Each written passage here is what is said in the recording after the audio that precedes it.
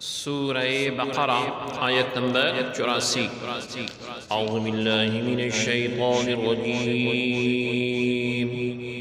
بسم اللہ الرحمن الرحیم۔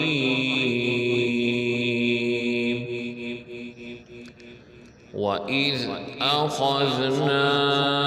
مِيثَاقَكُمْ لَا تَسْفِكُونَ دِمَاءَكُمْ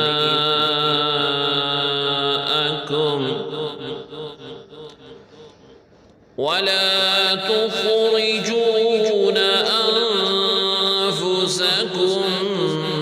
مِّن دِيَارِكُمْ ثُمَّ أَقْرَرْتُمْ وَأَنتُمْ تَشْهَدُونَ۔ لفظی ترجمہ ہے واہ اور اس جب اخذنا لیا ہم نے میثاق کا پختہ وعدہ کم تم سے لا نہ تسفکون بہاؤ گے تم دماء خون کم اپنوں کا، وا اور لا نہ تخرجون نکالو گے تم انفسا نفسوں کم اپنوں کو من سے دیاری بستیوں کم اپنی ثم پھر اقررتم اقرار کیا تم نے، وا اور انتم تم تشہدون گواہ ہو۔ بامحاورہ ترجمہ ہے اور جب ہم نے تم سے یہ پختہ عہد بھی لیا کہ تم آپس میں ایک دوسرے کا خون نہیں بہاؤ گے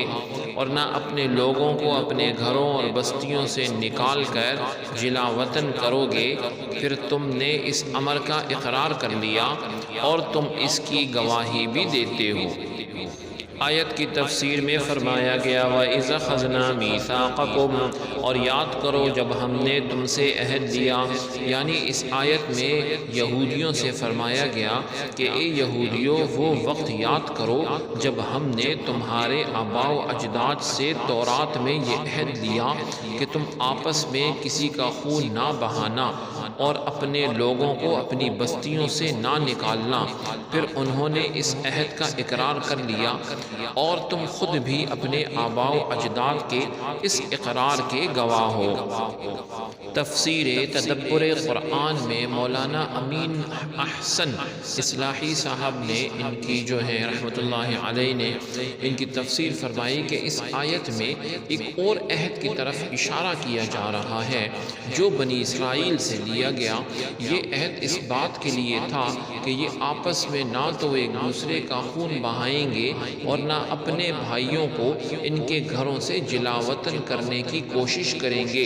لیکن انہوں نے جیسا کہ آگے تفصیل آ رہی ہے اس عہد کو نہایت بے دردی سے پامال کیا اور جن جن باتوں سے منع کیا گیا تھا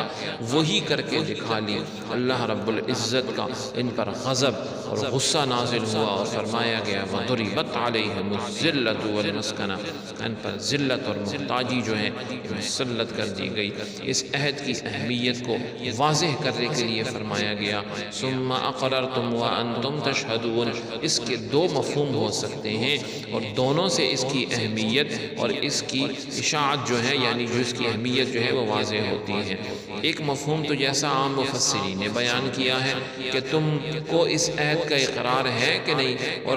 تم آج بھی اس کے گواہ ہو، اس لیے کہ اس کا ذکر تورات میں موجود ہے، اور اس کا دوسرا مفہوم یہ ہو سکتا ہے کہ تم نے اس عہد کا اقرار کیا اور تم اس اقرار کے وقت حضرت موسیٰ علیہ السلام کے ساتھ موجود تھے۔ اللہ رب العزت ہم سب کو اس پر عمل کرنے کی توفیق عطا فرمائے۔ سبحانک اللہم و بحمدک، اشہد ان لا الہ الا انت، استغفرک و اتوب الیک، وصلی اللہ تعالی علی خیر خلقہ محمد وعلی آلہ و اصحابہ اجمعین برحمتک یا ارحم الراحمین۔